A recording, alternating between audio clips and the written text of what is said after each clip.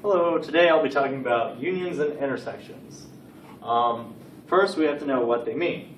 A union, otherwise known as OR, is everything in both sets combined. So it's either going to give you a U or it's going to say OR between the two sets. An intersection, or AND, is what both sets have in common. So, once again, it'll either give you the upside down U or the word AND between the two sets. So, for our first one, it's two sets, and then there's a U between them. So we're looking at everything combined in both sets, since it's a union. So this is a list from 1 to 7, and this is just 5 random numbers. So when we make the set, preferably do it in order of how it is.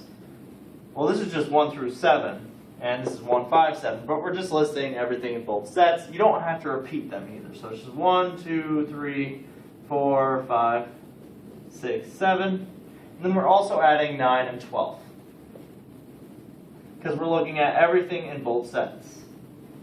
And the second one, A through F in the first set, and then 6 random letters in the second set. But since it says an intersection, or AND, then we're going to be looking at what they have in common. So what goes in our answer, A is in both of them, so we include A. B is in this one, but it's not in this one, so we don't include B. C is also in this one, so we include C. D is not in this one, so we don't include it. E is also not in this one, so we don't include that.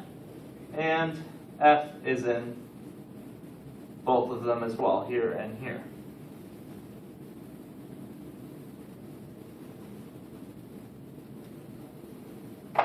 Okay, next, more often than not, when we're talking about unions and intersections, we're looking at inequalities.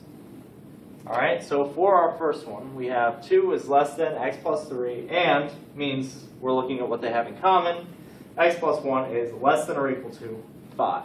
So what we want to do is solve both of these equations, and then graph them on a number line, and see what both of these things have in common.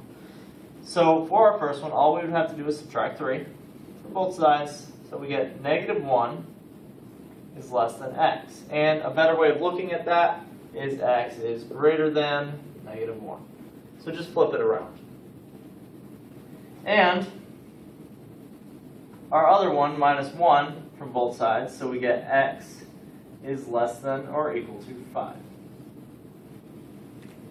So now we can graph these on a number line.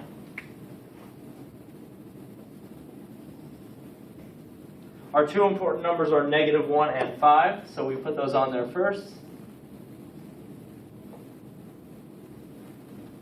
If it's just greater than, we know it's an open circle. And this one's less than or equal to, so it's a closed circle. And now we shade it, right? Now we're looking at what both of these have in common. So for our first one, x is greater than negative 1. So it's everything greater than negative 1 here. And the second one is x is less than or equal to 5. So it's everything less than or equal to 5. Now wherever both of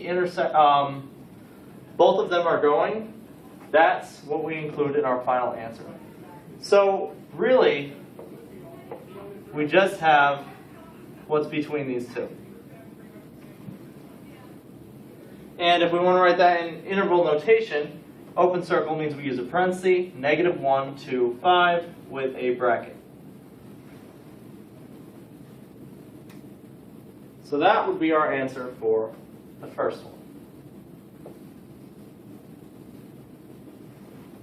The second one, doing the same thing. First we have to solve the equations, but it's an OR problem. So we're looking at everything that's in both of these sets. So we have negative 7 to both sides. X is less than or equal to negative 9. Or minus 7 again. X is greater than or equal to negative 10. So since we're looking at everything both of these sets have, when we graph this, plot both of your numbers on there, negative 9 and negative 10. They are both closed circles. it says everything less than or equal to -9, less than is towards the negatives. Everything greater than or equal to -10, that's everything towards the positives. But since we're looking at what both of these sets have, that's everything. So that's all real numbers.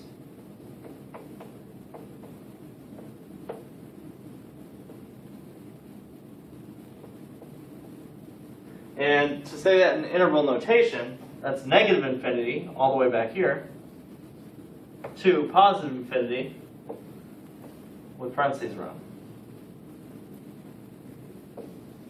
So that would be that one.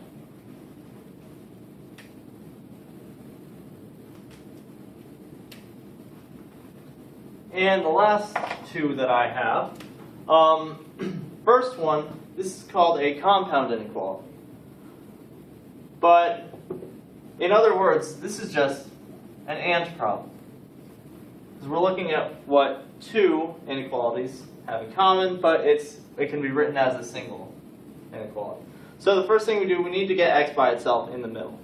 So since we're dividing by 4, we're dividing all of this by 4. To get rid of it, we multiply by 4. And if you do it to 1, you got to do it to all 3. So we're going to multiply everything by 4. So that becomes 20 greater than x minus 3, which is greater than 4. And then finally, to get rid of the minus 3 here, we add 3. And that's going to give us our inequality that we have to deal with. So our answer would be 23 is greater than x, which is greater than 7. Now we have to graph that on a number line. 7 and 23 are two important numbers. Since these are both greater than, then we're using open circles. And whenever you have something that looks like this, x is between these two numbers, so that's how you're going to do it on the number line. For interval notation, since that's an open circle, we use parentheses, 7, comma 23, with another parenthesis. For the last one, it's an OR problem, so we're looking at everything these guys both have. We add 3, solve like normal. So we get 2x is greater than 5 plus 3 is 8. And we divide by 2. That's going to give us our first inequality. X is greater than 4. And our second inequality is going to come from here. To solve this one, we have to divide by -2.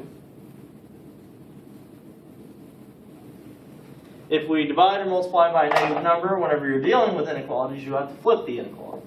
So that is going to become less than 0. 0 divided by 2 is just 0. So we have our two inequalities. Now we have to graph them on a number line, and then we can use interval notation.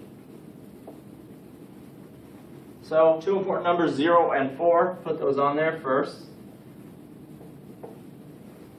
This is just greater than, this is just less than, so we use open circles for both. For our first one, it says x is greater than 4. So it's everything towards the positives. Second one, x is less than 0. And since it's an OR problem, we're looking at what both of these sets have. So this goes from negative infinity to 0, and then 4 to positive infinity. So that's how we write it in interval notation. Negative infinity, comma 0, union, because it's an OR problem, 4 to infinity. That's all I have for today.